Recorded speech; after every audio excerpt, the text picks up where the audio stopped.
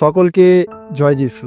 প্রভু যিশুর জীবন্ত এবং পবিত্র নামে আপনাদের প্রত্যেকের জীবনের ওপরে শান্তি বর্তুক। আজকে আমার প্রচারের বিষয় হচ্ছে ঈশ্বরের বাক্য।